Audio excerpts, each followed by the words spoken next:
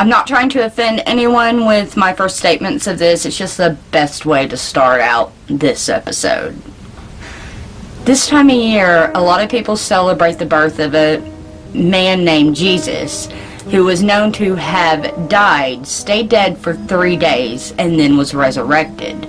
And on top of this, Jesus was also known to have taken a man named Lazarus, who had been dead for 4 days, and resurrected him.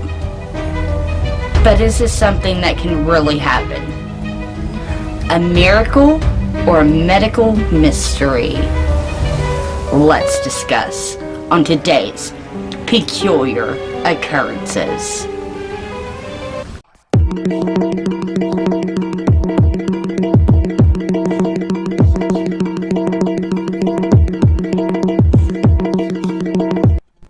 A 27-year-old man from the UK collapsed after an overdose of heroin and cocaine.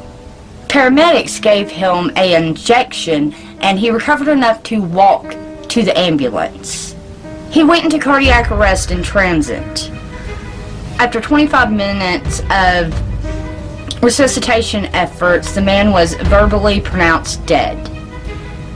Then about a minute after resuscitation had stopped, a nurse noted some sort of rhythmic heartbeat on the heart monitor, so they resumed trying to bring him back. The man ended up making a full recovery. A 66-year-old man suffering from a suspected abdominal aneurysm suffered cardiac arrest and received chest compressions and shocks to his chest for about 17 minutes. His vital signs did not return, so resuscitation efforts stopped. Then 10 minutes later, the surgeon felt a heartbeat. They continued to try to revive the man, and they treated him for his aneurysm, and he made a full recovery. Then there was a 65-year-old deaf Japanese male who lived in a foster home. He was found unconscious on the floor and was given CPR by home residents.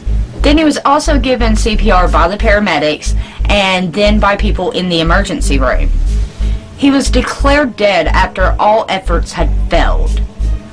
However, a policeman found him moving around in the mortuary about 20 minutes after he was declared dead. The man lived for about 4 more days and then passed away. Judith Johnson, 61, went into cardiac arrest at Beebe Hospital in Lewis, Delaware in May of 2007. She was given multiple medicines and synchronized shots, but never regained a pulse. She was declared dead at 8:34 p.m., but later was discovered in the morgue alive and breathing. Later, she sued the hospital for damages in physical and neurological responses. A 45-year-old woman in Colombia was pronounced dead as there was no vital signs showing that she was alive.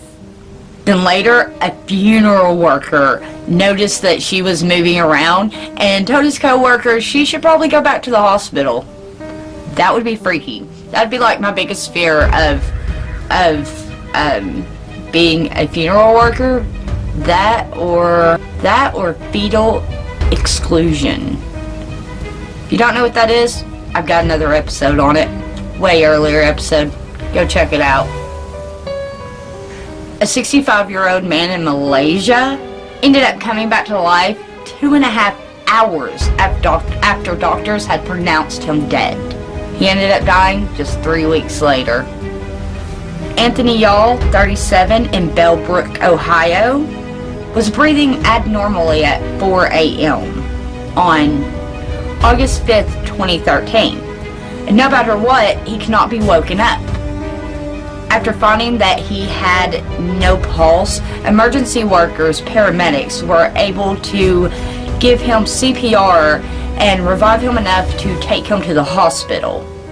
Later that afternoon, he was pronounced dead after all efforts to resuscitate him had failed.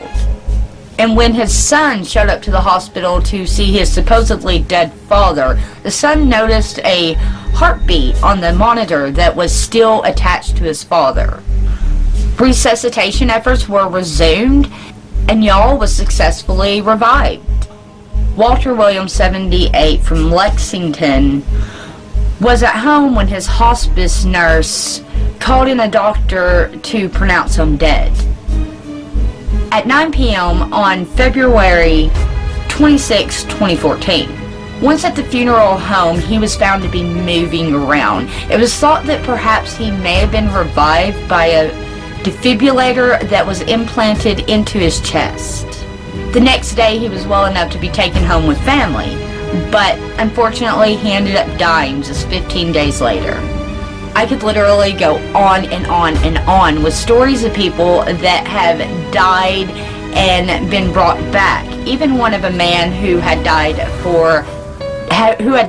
and stayed dead for about 3 days, had his blood removed. And then when his son came to identify him, he noticed his hand moving. The son runs out of the room, and so does the rest of the staff, terrified. And when they walk back in, he's sitting up on the bed. So they immediately start working on this man. He was actually able to go home within a couple of days. These stories have been going on for so long, they're even thought to have been what started the myths about vampires. Even people like George Washington had a fear of dying but not really being dead and being buried alive. A lot of people back in that day would actually express before their death that they wanted hose to be put in the coffin so that they would be able to breathe if they were to come back to life.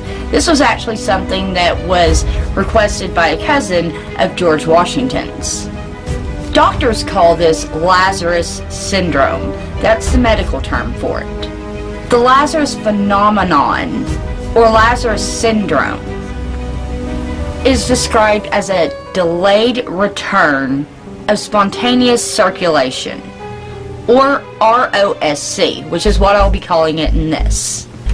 But a delayed return of spontaneous circulation after CPR has ceased to happen on the patient. Or in other words, patients that are pronounced dead after cardiac arrest and then have a sudden return of cardiac activity. The syndrome is named after Lazarus of Bethany, which according to the Bible had been dead for 4 days when Jesus of Nazareth brought him back to life. If you believe in that sort of thing. Not my personal religion, but that's what it's named after.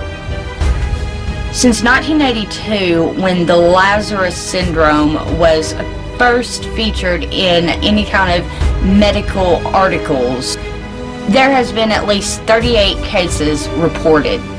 According to a 2007 report, in about 82% of Lazarus syndrome cases, ROSC occurred within 10 minutes after CPR had stopped. And about 45% of patients experience good neurological recovery. But while the low number of reports of this syndrome happening may suggest that it's very rare, a lot of doctors think it's a lot more common than studies suggest. The Lazarus phenomenon is a grossly unreported phenomenon. The reason for this is when someone has died, been pronounced dead, and come back to life, as in the Lazarus syndrome, this can bring the attending doctor's expertise into question and even cause arguments among colleagues. What exactly causes the Lazarus phenomenon isn't known, but there is a few theories. Some researchers suggest that Lazarus syndrome may be caused by pressure built up in the chest during CPR. And once CPR is stopped, this gradual release may be kick-starting the heart back into action. Another theory is the delayed reaction of medication giving in resuscitation efforts, such as Adderall. They believe that damaged veins and arteries could be keeping this medication from getting to the heart properly. And after death, the veins start to swell and open up, allowing the medicine to move through and get to where it needs to go, successfully restarting the heart and causing them to breathe again. Another theory is something called hyperkalemia, whereby blood levels of potassium are too high. This has actually been linked to ROSC in some way. Because so few cases of Lazarus syndrome is reported, it makes it very hard to pinpoint exactly what it is that causes this to happen. But perhaps it's not bringing a patient back to life in all cases. Perhaps in some cases they were never dead to begin with. Because in a clinical setting, the declaration of death isn't just so as black and white as one may think. In 2014, there was a story that came out about a woman who had been frozen alive in a morgue after being wrongly pronounced dead. In the same year, in a New York hospital, a woman was pronounced brain dead after she overdosed. And then the woman reawoke shortly after being taken to a surgery room to have her organs harvested. Cases such as these makes you ask the question, how is it even possible to be mistaken about declaring someone dead? There are two kinds of death, clinical death and biological death. Clinical death is defined as the absence of a pulse, heartbeat, and breathing, while biological death is defined as the absence of brain activity. And looking at these definitions, you might assume that it would be very easy to tell when someone is dead. But in all cases, that's not always true. One such condition is hypothermia, where the body experiences a quick drop in body temperature, normally caused by a prolonged exposure to the code. Hypothermia can actually cause the breathing and heart to slow to a point where it's almost impossible to detect the rhythm of the heart or the breathing. It is believed that hypothermia may have led to the mistaken death of a newborn baby in Canada in 2013.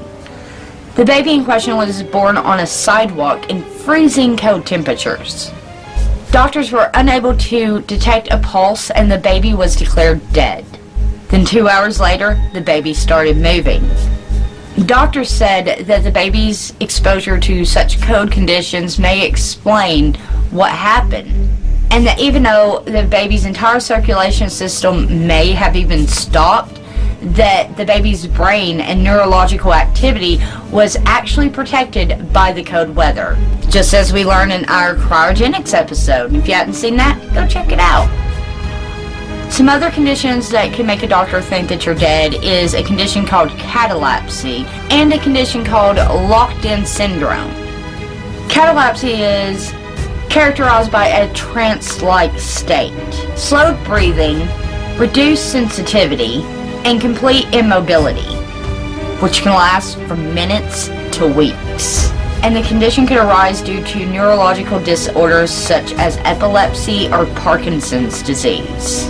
And in locked-in syndrome, the patient is completely aware, completely awake, but cannot move their body whatsoever, except for a bit of fluttering of the eyes. This one terrifies me, like for real, like legit. This is like one of my biggest fears come true. In 2014, the Daily Mail reported about a 24-year-old British woman named Kate Elect, who had locked-in syndrome. And unaware of her conditions, doctors pronounced her dead, and doctors and family members stood all around her bed discussing whether or not to pull her off life support. Meantime, the entire time, Kate could hear and understand everything they were saying, but she was completely helpless to let them know or to tell them in any way that she was still alive. Later on, Kate said that locked-in syndrome is like being buried alive, and that you can see everything, you can hear everything, but you are completely unable to speak or communicate. And with that being said, the fact that any of these cases have even occurred has raised many questions about how to handle death in a clinical setting. Some researchers say that doctors should wait at least 10 minutes observing the body after CPR has stopped to see if any vital signs return, because it is within this time period that ROSC is most likely to occur. But yet, when it comes to things like organ donation, they can't wait 10 minutes to make sure the person is dead, because that makes the organs they're going to donate more likely to not be able to be used in other patients. And current guidelines say to wait at least 2 to 5 minutes after a person seemingly is dead to actually call it, because of the fact that the more time that goes by without blood flow going to the organs, the less likely it is that they can even be used. And with this in mind, it's very unlikely that death protocols will be changed anytime soon. Although most healthcare professionals are in agreement that in this day and age, we pretty much have all the tools we need to declare whether or not someone is dead. Although some of these cases I did notice were all the way up to like 2013. That's what they're saying. So what do you think about this peculiar occurrence? Have you ever heard of Lazarus syndrome? Let me know down below. And if so, what do you think about it? Have you ever known anybody that's gone through it? Let me know down below. And while you're down there, don't forget to check out my description box for your peculiar occurrence merch. We got some great stuff for you. As well, hit that like button. Don't forget to share this out to all your peculiar friends. And if you're new here, don't forget to hit that subscribe button and hit that bell so you'll be notified when I upload. And until next time, keep your eyes peeled for all things peculiar.